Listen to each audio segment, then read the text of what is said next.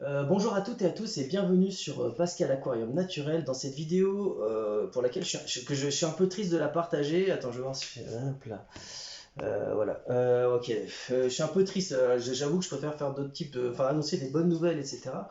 Mais là, on m'a posé la question, Pascal, comment est-ce que tu fais pour, pour maintenir tes animaux avec ces canicules très très fortes?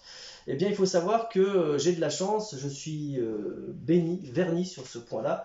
Je vais vous montrer en direct. Alors, j'ai un thermomètre. Ma température, alors là, vous voyez, on est vraiment en pleine canicule et tout à fond. Ma pièce d'élevage ne dépasse jamais les 26 degrés. Voilà. Et là, il y a l'humidité, c'est 78%. Donc, c'est une pièce qui est plutôt humide, c'est pas grave et dont la température ne monte jamais au-delà des 26. Et encore là, je pense que c'est parce que la porte était ouverte. Et donc, il y a eu la chaleur du reste de la maison qui a dû venir dans la présente pièce. Voilà, donc ça, c'est mon gros avantage. Du coup, moi, j'ai plus des difficultés en hiver parce que j'habite dans une région qui est très très froide, une des plus froides de France. J'ai plus des difficultés à chauffer, à maintenir des températures constantes. Alors, je fais une petite parenthèse, je suis désolé pour les bruits que vous pouvez entendre. Là, ce sont mes gerbilles qui s'éclatent avec une roue métallique géante. Là, on est dans ma pièce d'élevage et si vous entendez des grenouilles et tout, ça peut arriver. Voilà, je préviens d'avance, désolé pour la gêne. Il est hors de question d'empêcher mes animaux de vivre pour faire une vidéo. C'est un mensonge vu que dans ma chaîne, j'ai envie de justement de vulgariser au maximum les animaux, donc c'est pas. Voilà, on va s'y accommoder. Désolé si ça vous gêne, bah, tu peux tout de suite couper la vidéo. Je ferai pas autrement. Désolé. Ok, alors voilà, donc j'ai cette chance-là. Alors, et pourquoi je suis un peu triste en faisant cette vidéo? Bah, alors, je vais vous donner 2-3 petites astuces qui vont un petit peu améliorer les choses, mais sachant que pour répondre à la question de vous, comment vous pouvez faire pour refroidir vos pièces, alors l'idéal, tu mets une clim. Donc comme ça, tu as une température constante dans ta pièce d'élevage, dans ta pièce où il y a ton aquarium, où il y a tes aquariums, où il y a ton reptile ou tes reptiles. Voilà, ça c'est l'idéal, d'avoir une constance en termes de température et de paramètres. Comme ça, tu vas pouvoir réguler, intervenir sur ce qui est au-dessus. Attends, je vais allumer la lumière. Ce qui donc introduit aussi le deuxième point. Alors l'autre point que tu peux faire, c'est d'allumer ton éclairage le soir plutôt que la journée. Pourquoi? Parce que l'éclairage va dégager de la chaleur. Du coup, on va essayer de dégager de la chaleur, pas quand il fait déjà chaud, on va essayer de le dégager la nuit, parce que la nuit il fait plus frais. Après, en soi, t'as pas vraiment 36 000 solutions, hein, parce que ça, c'est en palliatif. Après, certains préconisent par exemple des groupes froids pour les aquariums. Ça, oui, là, je suis vraiment d'accord. Mais sinon, tout ce qui est ventilateur au-dessus de l'aquarium, je vois qu'il y a des chaînes qui mettent ça en avant. Ouais, le ventilateur en machin au-dessus. Non, mais franchement, je suis désolé, je veux pas être mauvaise langue ou être critique à l'extrême comme j'ai déjà pu l'être malheureusement dans le passé. Mais en fait, ce type de machine, enfin d'accessoires, fonctionne jusqu'à un certain niveau. Évidemment, ça fonctionne, mais voilà, c'est pas non plus ce qui est l'idéal. Hein. Ça va peut-être te faire gagner 1 degré, même pas, je suis pas certain. Parce que de toute façon, la température de ton aquarium rejoindra inévitablement la température haute de ta pièce au bout d'un moment. Il y a juste un principe d'inertie qui est en place. Concrètement, l'inertie, c'est quoi? C'est juste, si tu veux, j'essaie de résumer ça. Alors, la vidéo n'est pas préparée comme d'hab, hein, donc voilà. En gros, quand ta pièce elle est à 30 degrés, ton aquarium il est à 20, ton aquarium, sa température va monter tout doucement jusqu'à atteindre les 30 de la pièce d'élevage, enfin de ta pièce par exemple. Et de la même manière, si ton aquarium est chauffé à 30 et que d'un coup ta pièce elle passe à 20 degrés, ton aquarium ne va pas passer de 30 degrés à 20 degrés en un coup. Tu sais, as une sorte de ce qu'on appelle de l'inertie. Donc tu as une inertie thermique. Alors tu peux jouer avec ça, par exemple, donc tu mets ton éclairage la nuit tu ouvres à fond toutes tes fenêtres et tout pour que ta pièce redescende en température, mais bon, comme on a vu, il y a de l'inertie, donc ça va pas marcher à 100%. Ça, c'est à peu près les seules astuces que je vois. Vous voyez, il n'y a pas grand chose, hein. Donc c'est pour ça que je suis un peu triste en faisant cette vidéo. J'aime pas être l'oiseau de mauvais augure, mais en gros, désolé d'être moralisateur, mais informe-toi avant d'acheter un animal. Je suis désolé, il n'y a pas d'autre solution que de bien s'informer sur les besoins de ton animal et des conditions de vie que tu vas offrir à ton animal. Et parmi les conditions de vie que tu vas offrir à ton animal, une des priorités absolues, c'est qu'est-ce que ça va te coûter, mais surtout les températures, parce que là on se rend compte qu'on ne peut pas faire grand chose. Je prends l'exemple des éleveurs de crevettes.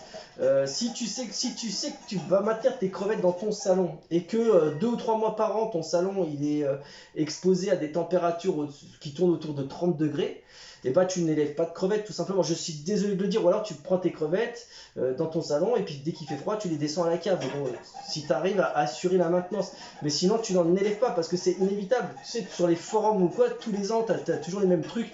Ah, j'ai perdu mes crevettes, et tu as des gens qui perdent par exemple toutes leurs crevettes. Alors je prends l'exemple des crevettes qui sont des crustacés qui supportent pas trop les températures au-delà de 25, mais enfin voilà quoi, c'est informez-vous avant. Alors j'ai envie de te dire aussi, quand tu adoptes un animal, vaut mieux le mettre dans le noir dans la cave. Pourquoi? Parce que si la cave c'est frais et la cave c'est dans le noir. Donc en gros, tu vas pouvoir complémenter et contrôler les paramètres avec de l'artificiel. Donc la température, si ta cave est froide, c'est génial. Tu vas pouvoir acheter un thermostat et mettre un chauffage. Donc écoutez bien ce que je dis, hein. Je dis pas qu'il faut mettre les animaux à la cave, c'est pas ça que je suis en train de dire. Je suis juste en train de prendre un exemple pour illustrer l'idée que j'ai envie de faire passer. Pourquoi? Parce que si l'aquarium enfin ou le reptile est dans une pièce extrêmement froide et dans le noir, tu vas pouvoir pallier à la fraîcheur excessive avec un thermostat, enfin un chauffage équipé d'un thermostat, donc pour avoir une température souhaitée la journée et la nuit. Et pour la luminosité, c'est pareil, les magasins de nos jours maîtrisent assez bien la technologie lumineuse, donc tu as des éclairages avec des UV dans tous les sens et tout ce qu'il te faut pour bien être heureux et utiliser tes sous.